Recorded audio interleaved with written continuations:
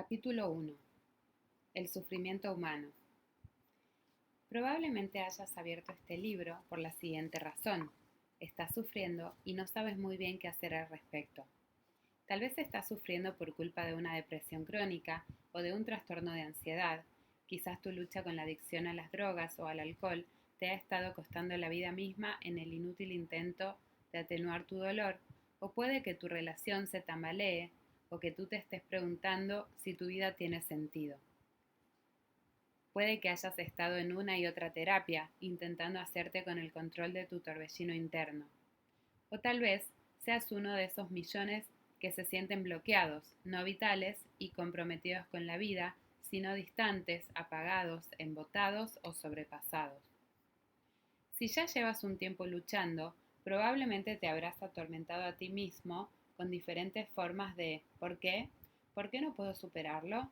¿Por qué no puedo sentirme mejor? ¿Por qué es tan difícil vivir?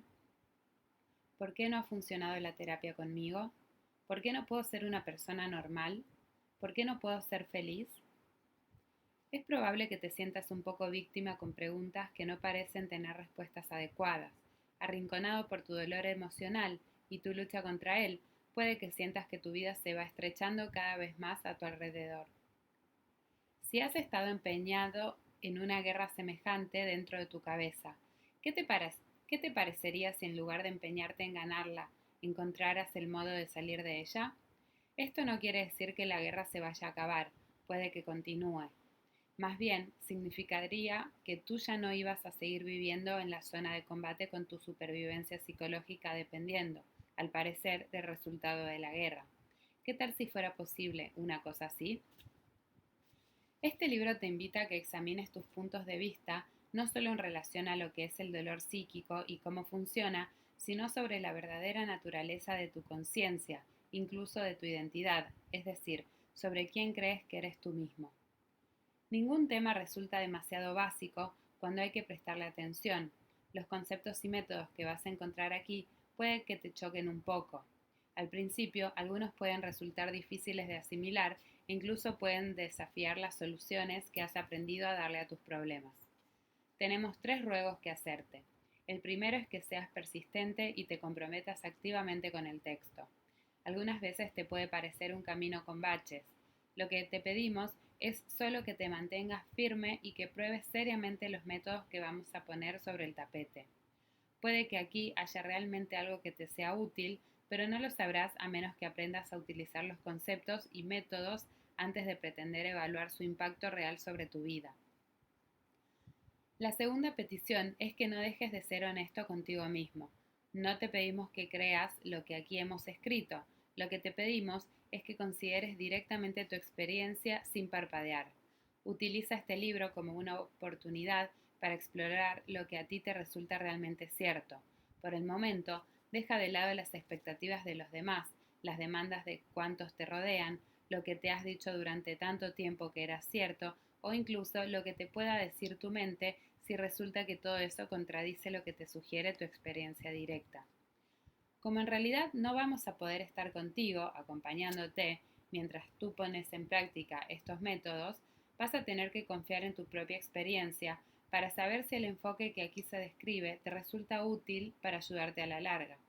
Existe una base de evidencias empíricas cada vez mayor sobre los conceptos fundamentales que aquí se discuten y algunos de los métodos han sido evaluados con estudios de laboratorio, véase apéndice, realizados fuera de la relación terapéutica, a través de presentaciones escritas u orales de tales ideas y ejercicios, y muchos de ellos te los vas a encontrar en este libro. Hoy ya existen suficientes evidencias científicas, por lo que creemos que es momento de presentar estas ideas y métodos en público, pero tu propia experiencia debe ser tu verdadera línea de base. La tercera petición se refiere a tu propia intención. Te pedimos que trates de que este libro se traduzca en una diferencia en tu vida. No tienes que creer que va a ser así necesariamente. Más bien, lo que te pedimos es que te mantengas abierto a la posibilidad de contestar sí a la siguiente pregunta. Mientras estás aprendiendo y experimentando estos métodos, si ves en tu experiencia real la posibilidad de utilizarlos para cambiar tu vida para mejor, ¿Estarías dispuesto a seguir adelante en esa dirección?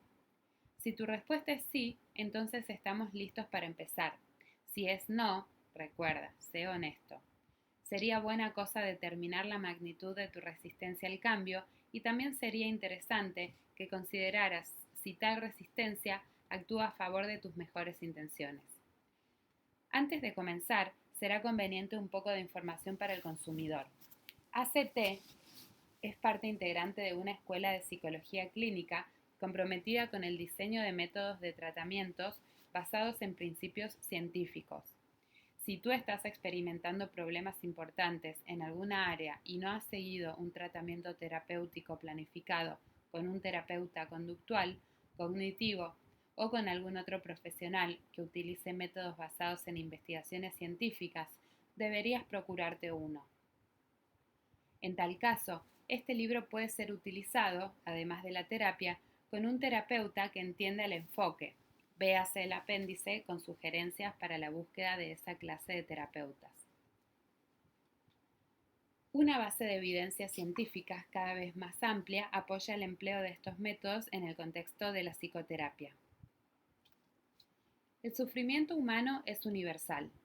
A menudo, la mayoría de la gente que nos cruzamos a diario parece tenerlo todo. Parecen felices, se los ve satisfechos con su vida. Seguramente has tenido la experiencia de ir caminando por la calle en un momento en el que tenías un día especialmente malo mientras ibas mirando a tu alrededor y pensabas, ¿por qué no puedo ser tan feliz como el resto de la gente? Ellos no padecen trastornos de pánico o depresión o problemas de drogadicción. Ellos no se sienten como si una nube oscura estuviera siempre al acecho, amenazadora, sobre sus cabezas. No sufren como yo. ¿Por qué no puedo ser como los demás? Aquí está el secreto. Ellos lo sienten y tú lo sientes. Todo el mundo sufre dolor. Todos los seres humanos. Si uno vive lo suficiente, ya habrá experimentado o experimentará más adelante la desgracia de la pérdida de alguien a quien se ama. Cada persona concreta ha experimentado o experimentará dolor físico. Todo el mundo ha sentido tristeza, vergüenza, ansiedad, miedo y pérdidas. Todos tenemos recuerdos que nos resultan embarazosos, humillantes o vergonzosos. Todos nos llevamos ocultos en el interior secretos dolorosos. Nos esforzamos en mostrar caras radiantes, felices, simulando que todo va bien y que nuestra vida es inmejorable. Pero no es así y no puede ser así. El hecho de ser humano implica sentir dolor de un modo mucho más penetrante que lo que puedan experimentar cualesquiera otras criaturas de la Tierra. Si tú le das una patada a un perro, éste aullará y saldrá corriendo. Si lo pateas con regularidad, cualquier señal de tu llegada acabará por producir un comportamiento de miedo y evitación en el perro mediante el proceso que se conoce como condicionamiento. Pero mientras tú te encuentres fuera de su campo visual y no haya muchas probabilidades de que aparezcas, el perro difícilmente sentirá o mostrará una ansiedad significativa. Con la gente la cosa es diferente. Con solo 16 meses o incluso antes, los cachorros humanos aprenden que si un objeto tiene un nombre, ese nombre representa al objeto mismo. Lipkens, Hayes y Hayes, 1993. Las relaciones que los hablantes humanos aprenden en una dirección derivan luego en dos direcciones. Durante los últimos 25 años, los investigadores han tratado de encontrar un comportamiento semejante en otras especies animales, pero solo con un éxito muy relativo y discutible. Hayes, Barnes, Holmes y Roche, 2001. Esto implica una diferencia enorme en la vida de las personas en comparación con la de los animales. La capacidad del lenguaje sitúa a los seres humanos en una posición especial. El simple hecho de decir una palabra evoca el objeto que es nombrado. Haz la prueba. Paraguas. ¿En qué piensas cuando lees esta palabra? De acuerdo, eso es solo algo bastante inocuo. Pero imagínate el efecto que tendrá si el objeto nombrado fuera algo terrible. Cualquier cosa que le recordara ese nombre a una persona tendría la capacidad de hacerle sentir miedo. Sería como si todo lo que el perro necesitara para sentir miedo no fuera una patada de verdad, sino el pensar en la patada que le iban a dar. Esta es exactamente la situación en la que te encuentras. Esta es exactamente la situación en la que todos los seres humanos nos encontramos debido al lenguaje. Veamos un ejemplo. Tómate un momento ahora para pensar en la cosa más vergonzosa que hayas hecho. Dedica un momento a hacerlo realmente.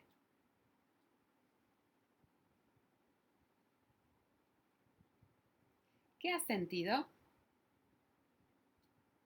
Es muy probable que tan pronto como hayas leído la frase, hayas experimentado un cierto sentimiento de miedo o de resistencia. Puede que hayas tratado de minimizar la propuesta leyéndola de pasada. Sin embargo, si te has detenido y de verdad has intentado hacer lo que se te proponía, probablemente habrás empezado a percibir un sentimiento de vergüenza mientras evocabas alguna escena de tu pasado y tu comportamiento en ella. Pero lo único que ha ocurrido aquí, en realidad, es que tú has estado viendo unas marcas de tinta sobre el papel. No hay nada más frente a ti, solo eso. Debido a que las relaciones que los humanos verbales aprenden en un sentido, luego las desvían en dos. Esos mismos humanos tienen la capacidad de tratar cualquier cosa como símbolo de cualquier otra. La etimología de símbolo significa considerar como igual, y debido a que tú reaccionas frente a la tinta de este papel simbólicamente, las palabras que simplemente estás leyendo consiguen provocarte una reacción. Quizás te recuerden algún acontecimiento vergonzoso de tu pasado. ¿Hasta dónde podrías haber llegado si no pudiera tener lugar una clase de relación semejante?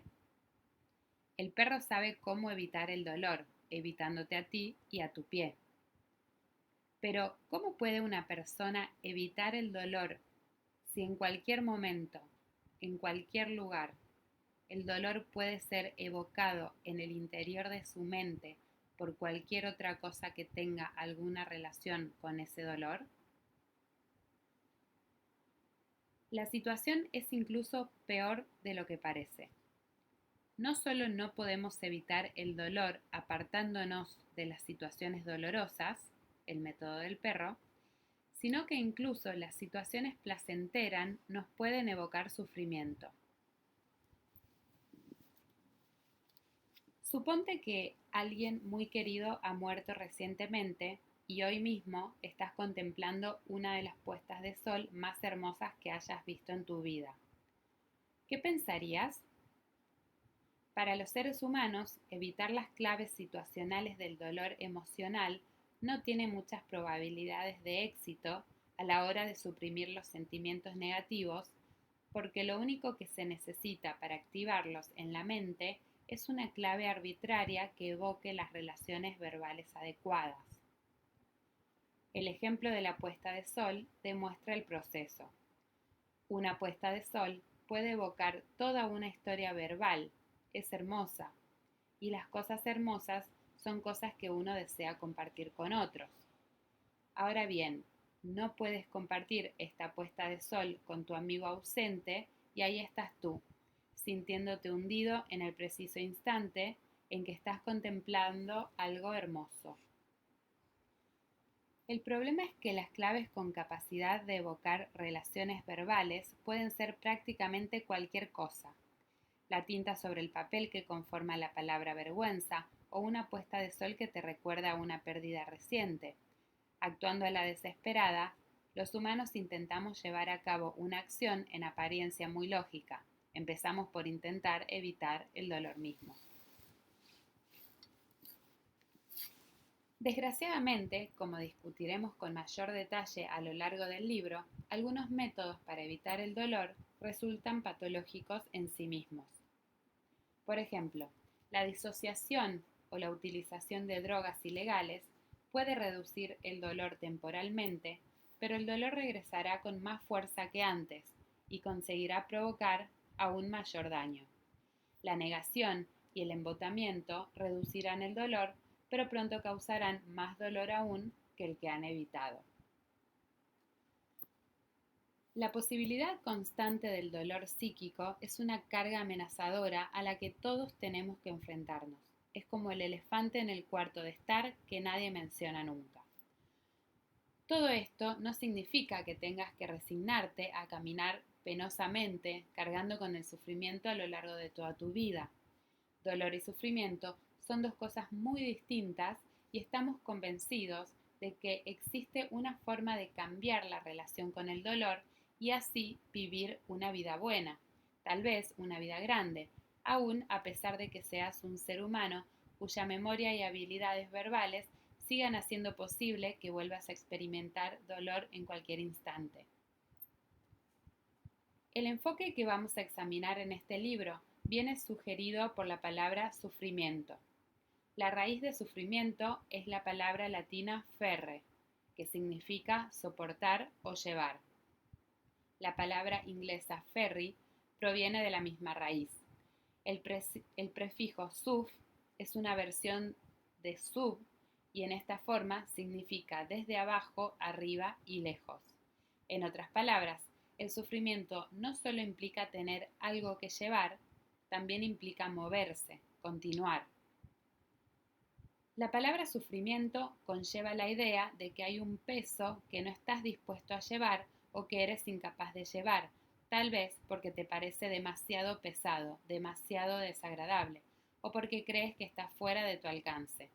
Esta connotación se refiere a algo más que el mero dolor. De hecho, proporciona un modo diferente de tratar el problema del dolor.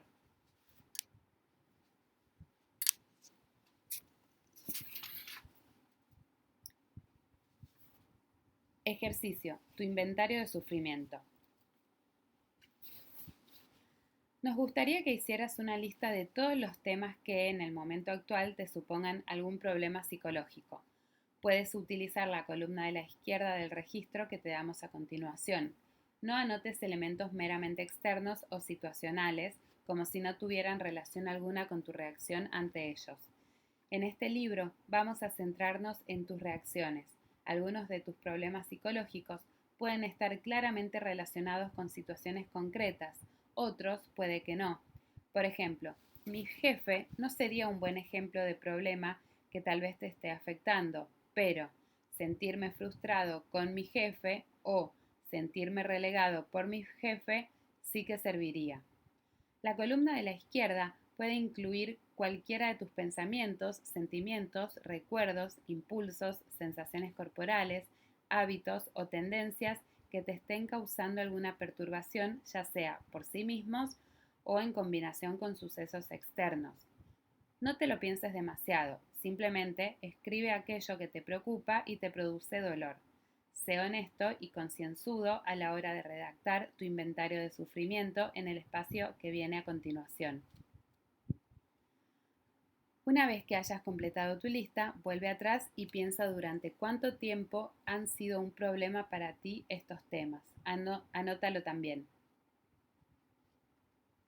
Asuntos difíciles y dolorosos que estoy experimentando. ¿Desde hace cuánto?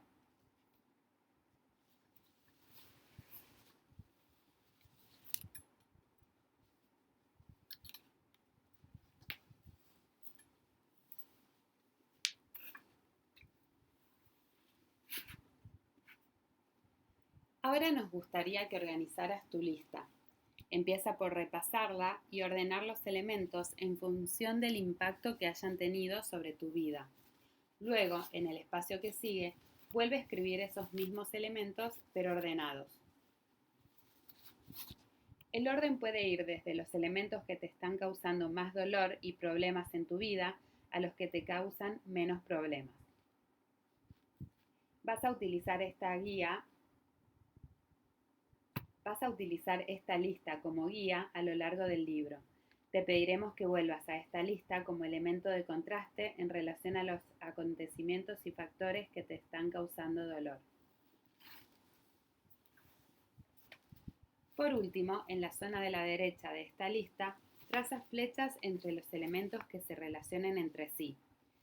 Sabrás que dos elementos están relacionados si los cambios en uno de ellos parecen afectar también al otro. Por ejemplo, supón que uno de los elementos es autocrítica y otro es depresión. Si crees que ambos están relacionados, es decir, Cuanto más autocrítico seas, con mayor probabilidad te sentirás deprimido o viceversa. Traza una flecha doble entre autocrítica y depresión. Comprobarás que esta área se va a llenar de flechas. Está bien, no hay un modo correcto o incorrecto de hacerlo. Si todo está relacionado, es importante saberlo. Si algunos elementos se relacionan solo con unos pocos, también es una información útil. Cuanto más arriba esté un elemento en tu lista y cuanto más conectado esté con otros elementos, más importante resultará para ti. Esto puede sugerir una reorganización de tus problemas y puede que te des cuenta de que ahora estaría bien combinar algunos elementos o dividirlos en unidades más pequeñas. Si es así, puedes crear la lista definitiva aquí abajo, ordenada desde lo más alto a lo más bajo en función del impacto que están teniendo sobre tu vida. Este es un inventario de sufrimiento personal. Es sobre lo que va a tratar el libro.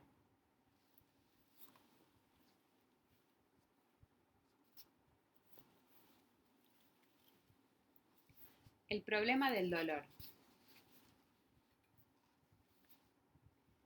El dolor psíquico hace daño por definición, pero no se limita a eso. Muchas veces el dolor te aparta de vivir la clase de vida que querrías vivir. No hay duda de que una persona con un trastorno de pánico no querría volver a experimentar ese sentimiento de miedo extremo porque es algo tremendamente desagradable.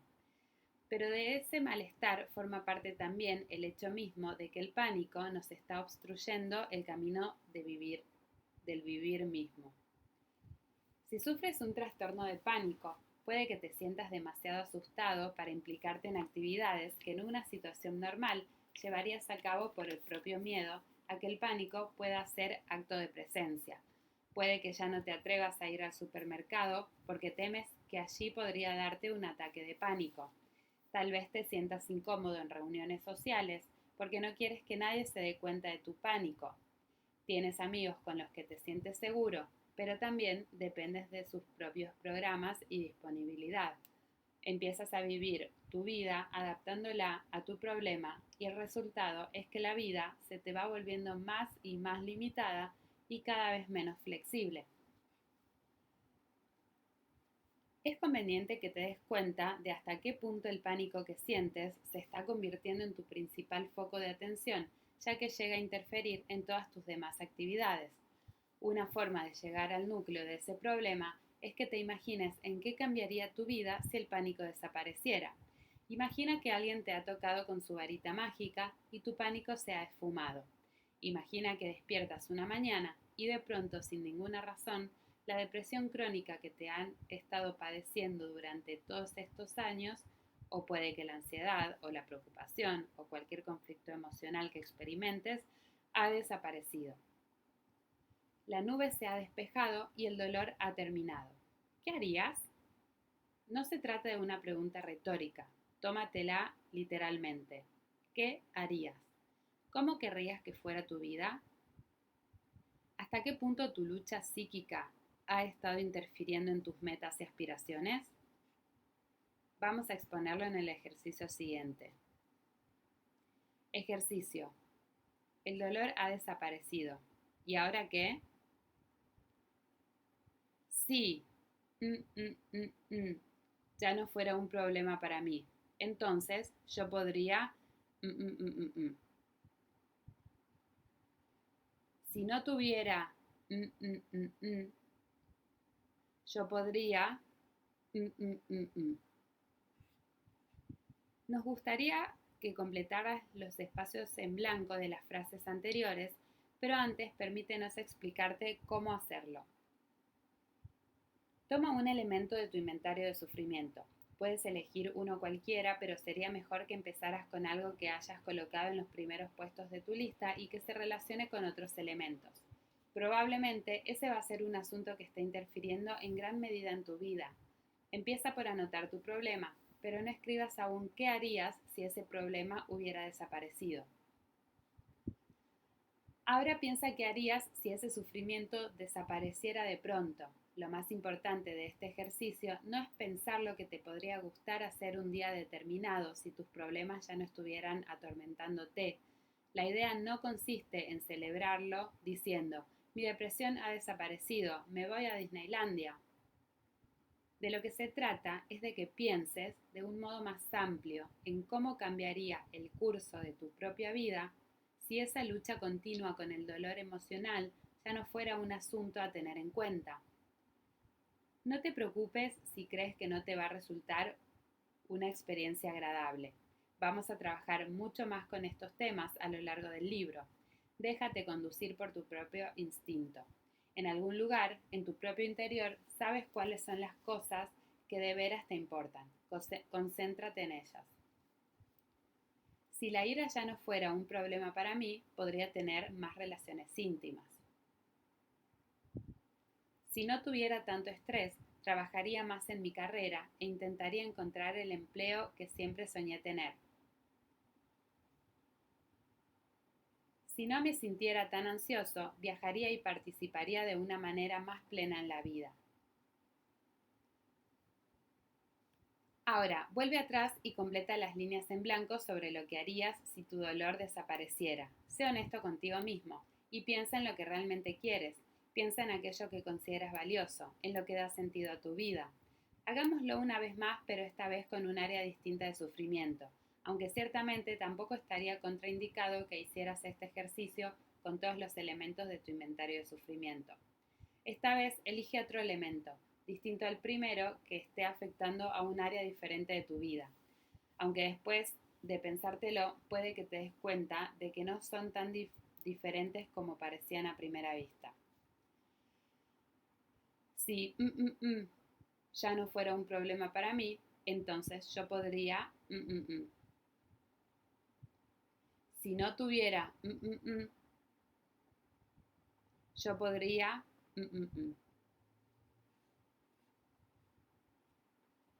El problema con el dolor. Revisión. Acabas de descubrir que todos tus problemas te abren dos fuentes de dolor. No es solo tu ansiedad o depresión o tus preocupaciones lo que te genera dolor. Tu dolor consiste también en que te impides a ti mismo vivir la clase de vida que te gustaría llevar. Hay actividades en las que implicarías si no fuera por tu sufrimiento y el papel que ha venido desempeñando en tu vida. El problema que elegiste en los ejercicios anteriores se refiere al dolor de presencia, temas que están presentes y que tú preferirías que desaparecieran. La ansiedad social puede ser un ejemplo del dolor de presencia. La ansiedad que experimentas en situaciones de contacto social es real y está presente en el momento que la experimentas. Puede que tú desees que desaparezca. Sin embargo, la ansiedad persiste frente a todos tus esfuerzos por derrotarla. En eso consiste el dolor de presencia. Las actividades en las que te implicarías si las cosas fueran de distinta manera representan otro tipo distinto de dolor, el dolor de ausencia. Como ejemplo, piensa en la misma persona con fobia social de antes. Tal vez esta persona realmente valore mucho el comprometerse con otras personas, pero su miedo le impide conseguir hacerlo de una manera significativa. La conexión con los demás, que tanto ansía, nunca llega a tener lugar. Ese es el dolor de ausencia. Es el dolor que se sitúa en la cumbre de los dolores, el sufrimiento en la cumbre de los sufrimientos.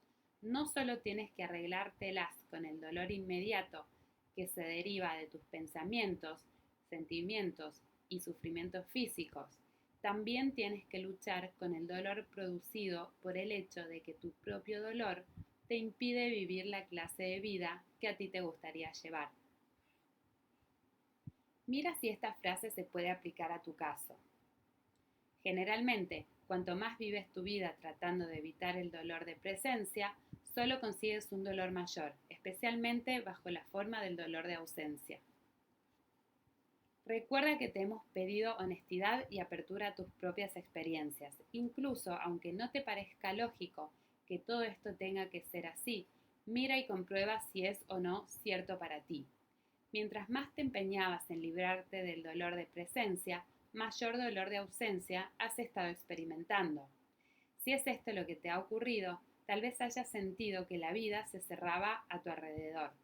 Puede que te hayas sentido atrapado en una especie de trampa. Si has experimentado este tipo de sufrimiento, entonces este libro va a proporcionarte una vía de escape. Existe una alternativa frente a vivir como si estuvieras atrapado.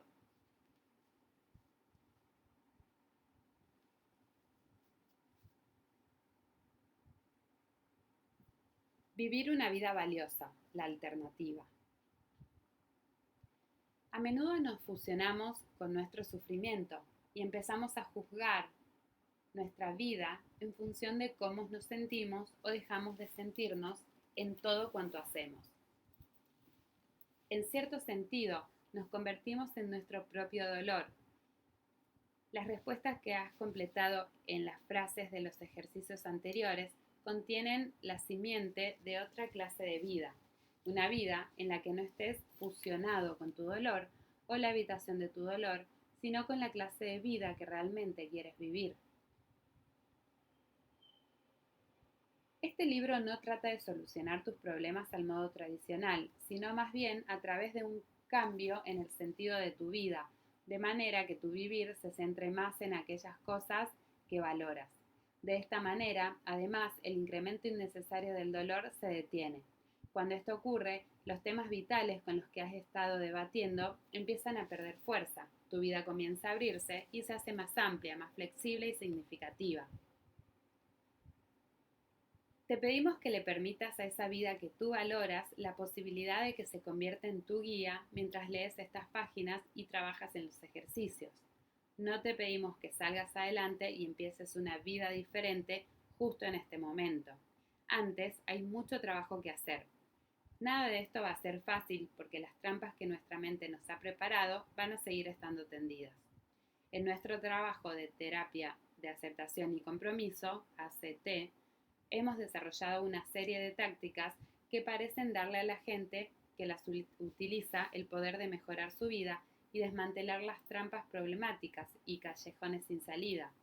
Gradualmente, paso a paso, iremos guiándote a través de tales procedimientos para que comiences a vivir una vida vital, valiosa y significativa.